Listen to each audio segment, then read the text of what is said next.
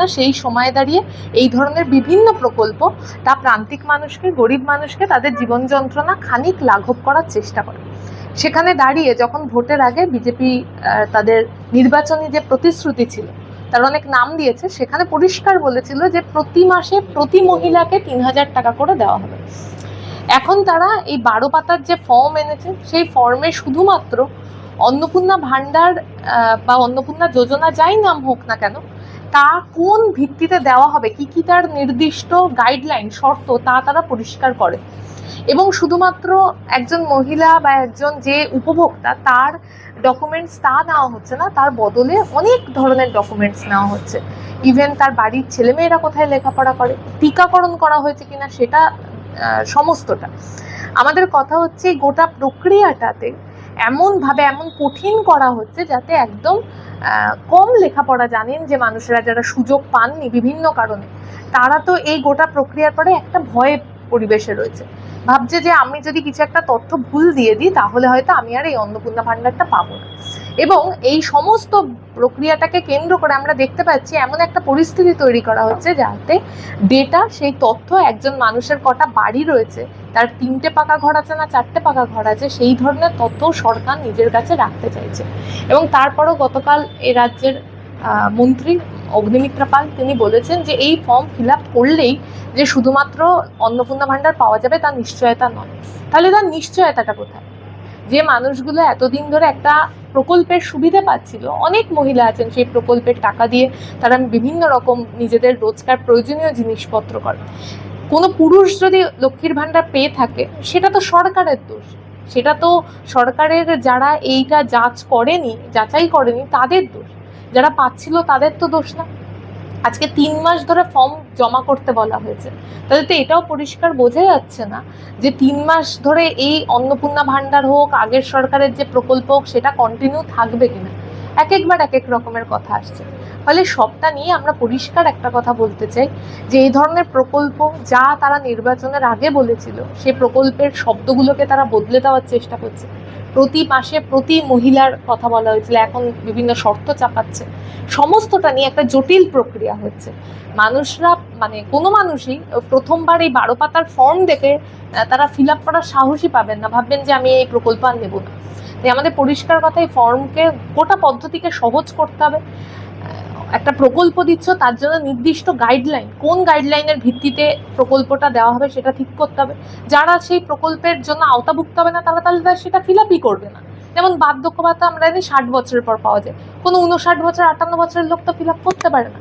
এখানে যদি বলে দেওয়া হয় যে ইনকাম ট্যাক্স যে মহিলারা দেন বা যাদের আছে তারা ফর্ম এর সুবিধা পাবে না, তাহলে সেইভাবেই করো। একটা এত বড় তথ্য, এত ডেটা, সেই ডেটাকে নিয়ে সরকার আসলে অন্য রকমের কোনো সার্ভাইলেন্স চালাবে কিনা সেটাও আমরা বলতে পারছি। একদমই হ্যারাসমেন্ট হচ্ছে। মহিলারা তারা দাবি তুলছেন যে আমরা আবার ভোট দেবো এবং আমরা ১,৫০০-এই খুশি ছিলাম, আমাদের ৩,০০০ চাই না। এই কথাগুলোকে আসলে এর জন্য অনেক রকমের কথা বলা হচ্ছে। বিজেপির পক্ষ থেকে তাদের আইটি সেল অনেক ধরনের প্রচার করছে। আমরা একটা কথাই বলছি যে এই সময়টা খুব একটা মানুষের জন্য ভালো সময় এরকম নয়। প্রত্যেক দিন প্রত্যেকটা জিনিসের দাম বাড়ছে। পেট্রোলের, ডিজেলের দাম সরকার বদলের পর ৪ বার বেড়েছে। পেট্রোল ডিজেলের দাম বাড়া মানে তার প্রভাবে সমস্ত জিনিসের দাম বাড়বে। আমরা এই সময়টাতে পরিষ্কার বলছি যে ১,৫০০ টাকা, ৩,০০০ টাকা, যেটাই হোক না কেন, তার যে পদ্ধতি, সেই পদ্ধতিটা সহজ করা উচিত। লক্ষ্মীর ভাণ্ডার বা এই ধরনের যে কোনো পদ্ধতি, যে প্রকল্পের মধ্যে দিয়ে মানুষ সুবিধা পাচ্ছে, সেই প্রকল্পগুলো সম্পর্কে সরকারের পরিষ্কার দৃষ্টিভঙ্গি, তার যদি কোনো শর্ত থাকে সেটা সহজ করে দেওয়া উচিত। একটা মানুষ যেই দেশের জন্য ট্যাক্স দেয়, যেই দেশের যে কোনো জিনিস, ইনকাম ট্যাক্স তো কয়েকজন মাত্র দেয়, কিন্তু যে কোনো জিনিস কেনার মধ্যে দিয়ে তো একটা ট্যাক্স প্রত্যেকেই আমরা দেশের জন্য ভরি। এই গোটা প্রক্রিয়াটাকে জটিল করার মধ্যে দিয়ে আসলে আমার যেটা ধারণা, আমাদের যেটা মনে হয় যে বিজেপি যে কথা বলেছিল প্রতি মাসে প্রতি মহিলাকে ৩,০০০ টাকা দেবেন, সেই শর্ত তারা পূরণ করতে পারবেন না বলেই এত জটিল করে একটা পদ্ধতি তৈরি করা হয়। আজকে আরও একটা ইম্পর্টেন্ট, যে স্বাস্থ্যসাথী না আয়ুষ্মান ভারত, এই নিয়ে প্রচুর কথা জল ঘোলা হচ্ছে। যে মানুষগুলো একেবারে প্রান্তিক মানুষ, সরকারি চিকিৎসা ব্যবস্থার উপর ভরসা করে, এমনি এই হাসপাতালগুলোর কি অবস্থা আমরা জানি। অভয়ার ঘটনা, আরজি করের ঘটনার পরও হাসপাতালগুলোর কি অবস্থা আমরা জানি, তার আগে এবং তার পরে। সেখানে তাদের স্বাস্থ্যসাথী কার্ড একটা ছিল, তা নিয়ে ব্যাপক দুর্নীতির কথা আমরা জানি। এখন বলা হচ্ছে আয়ুষ্মান ভারতের কথা। একটা মানুষ শুধু তার জীবনে কি এই সরকার আর ওই সরকারের শুধু কাগজ ভরে যাবে, ফর্ম ফিল আপ করে যাবে? এটা কখনো হওয়ার কথা ছিল? এই ফর্ম ফিল আপ শুধু করে যাবে, শুধু ফর্ম ফিল আপ না, তার সাথে জেরক্স জমা দাও। তুমি কবে কি তোমার বাপ ঠাকুরদা কোথায় ছিল সেটা এসআইআর এ জমা দাও। এসআইআর করার পর এখন বলা হচ্ছে আবার তুমি এতে জমা দাও। যদি এসআইআর এর পদ্ধতিতে যারা এই দেশে রইলো, যাদের নাম ট্রাইব্যুনালে বাদ গেল না, তার মানে কি তাদের নিয়ে কোনো অস্বচ্ছতা নেই নির্বাচন কমিশনের? এই তো ওনাদের দৃষ্টিভঙ্গি ছিল। এটা তো আমি তুমি বলছি না, নির্বাচন কমিশন বলছে যাদের নাম একবারে লিস্টে উঠে গেছে তাদের নিয়ে কোনো ঝামেলা নেই। তাহলে তাদের ফর্ম ফিল আপটা সহজ করা যেতে পারতো। সবটা আসলে একটা প্রক্রিয়া, যত ডিলে করা যায় মানুষকে তার যে অধিকার, তারা যে নির্বাচনী প্রতিশ্রুতি দিয়ে সরকারে এসেছিল সেটা হয়তো রাখতে পারবে না ভেবেই এই জলঘোলা করার চেষ্টা। আমরা চাই এই সমস্ত জটিলতা তাড়াতাড়ি মিটিয়ে অবিলম্বে যে প্রকল্প তার সুবিধে তাদের উপভোক্তাদের দেওয়া হোক। সরকার মানুষ নিয়ে আসে ভোট দিয়ে, জনগণ মানুষের সুবিধা, মানে সরকার মানুষের সুবিধা অসুবিধা দেখবে। সেই জায়গায় সরকার যদি এসে মানুষকে অসুবিধার মধ্যে ফেলে দেয় তাহলে সামাজটা যাচ্ছে। পেট্রোলের দাম 4 বার বাড়লো, এটা কি জনগণের অসুবিধা নয়? শুধু 12 পাতার ফর্ম ফিল আপ করাটাই অসুবিধা?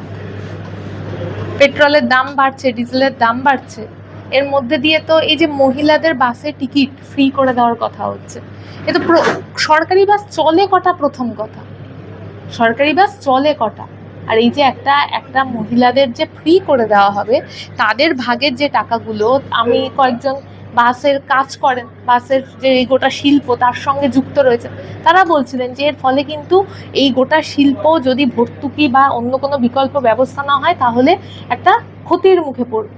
তাহলে আমি যখন একটা কাউকে কোনো প্রকল্পের সুবিধে দিচ্ছি, তাহলে তার বিকল্প সেই যাতে লাভ হয়, সরকারের যাতে লাভ হয়, যাতে মানুষের ক্ষতি না হয়, সেটা ভাবার কথা। একটা সরকার এলো, এই সরকারকে তো মানুষ যাই হোক যেভাবেই হোক মানুষ ভোট দিয়ে এনেছেন, পরিবর্তনের কথা বলেছে, তারপর দাঁড়িয়ে এই একের পর এক জটিলতা। এখন অব্দি মন্ত্রিসভাই গঠন হয়নি, বাকি সব কি 5 জন মন্ত্রী 6 জন মন্ত্রী মিলে দায়িত্বে নাকি সব চলছে। তাহলে এটা আমাদের পরিষ্কার কথা একটা, যে তৃণমূলের দুর্নীতি, তার জন্য একের পর এক প্রকল্প, তার সুবিধে গরিব মানুষ সেখান থেকে বঞ্চিত হয়েছিল, প্রান্তিক মানুষ বঞ্চিত হয়েছে। আবাসের ঘর, যে মানুষটার বাড়ির মাথায় ছাদ নেই সে পায়নি, অথচ তৃণমূলের নেতারা 4টে 5টা আবাসের ঘর নিয়ে বসেছিল। চাকরি দুর্নীতি একই রকম ভাবে চলছিল। আমরা একটাই কথা বলছি, এই যে প্রক্রিয়ার তার জটিলতা, সেটাকে যতটা সহজ করা যায়, যাতে শহর গ্রাম সকল জায়গার প্রান্তিক মানুষ, গরিব মানুষ, তারা সমস্ত সুযোগ সুবিধা পায়। সরকারের এটাই প্রথম দেখার কাজ, তারপর বাকি সবকিছু। বিজেপি যখন ভোটের প্রচারে এসেছিল বলেছিল যে গ্যাস 450 টাকায়, পেট্রোল ডিজেল অন্য রাজ্যের যেগুলো যে দাম আছে সেই দামে দেওয়া হবে। শুধু এই প্রশ্ন তো আমার মনে হয় আমার চেয়ে ভালো বিজেপির নেতারা উত্তর দিতে পারবে, যারা সরকার তৈরির বা সরকারের বিভিন্ন পদে রয়েছে। তারা এই ধরনের নিয়ম কেন করছে এটা তো আমাদের চেয়ে অনেক ভালো উত্তর তারা দিতে পারবে। আমরা মানুষের জন্য লড়াই করি, আমরা প্রত্যেক দিন তাই করব। এই যে এই সমস্ত যা যা জটিলতা হচ্ছে, তার জন্য গরিব মানুষের যে তাদেরকে যে অস্বস্তির মধ্যে দিয়ে, তাদের যে অসুবিধার মধ্যে দিয়ে যেতে হচ্ছে, আমরা তাতে লড়াই করছি। রেল হকার, স্ট্রিট হকার, তাদেরকে উচ্ছেদ করার চেষ্টা হচ্ছে, বুলডোজারের রাজনীতি পশ্চিমবাংলায় এসছে। আমরা সবার আগে মানুষের যেই জীবন যন্ত্রণা, তাতে এমনিই সে আয় করে যে এটুকু টাকা আয় হচ্ছে তাতে সংসার চলছে না, তারপর আবার যদি উচ্ছেদ হয়ে যায় তাহলে কি খাবে সে? সরকারের এটাও ভাবার কথা ছিল। আমাদের একটাই পরিষ্কার কথা, নতুন সরকার হয়েছে, তাদের কাজ করা না করা, সময় লাগা না লাগা সেগুলো অনেক পরের ব্যাপার, কিন্তু এসেই যেভাবে বুলডোজারের রাজনীতি হচ্ছে, এসেই যেভাবে একেবারে ধর্মের ভিত্তিতে মানুষকে ভাগাভাগি করার চেষ্টা হচ্ছে, এই সবটা দিয়ে বিজেপির ইন্টেনশন, যা আমরা আগেও নির্বাচনের আগেও বলেছিলাম বিজেপি কি করতে চাইছে গোটা ভারতে এবং পশ্চিমবাংলায়, সেটাই আরও একবার পরিষ্কার হয়ে গেল। কিন্তু এই জটিলতার মধ্যে দিয়ে যেন গরিব মানুষ তাদের প্রকল্প, তাদের অধিকার, তাদের যা যা সুবিধা আছে তার কোনোটা থেকে বঞ্চিত না হয়।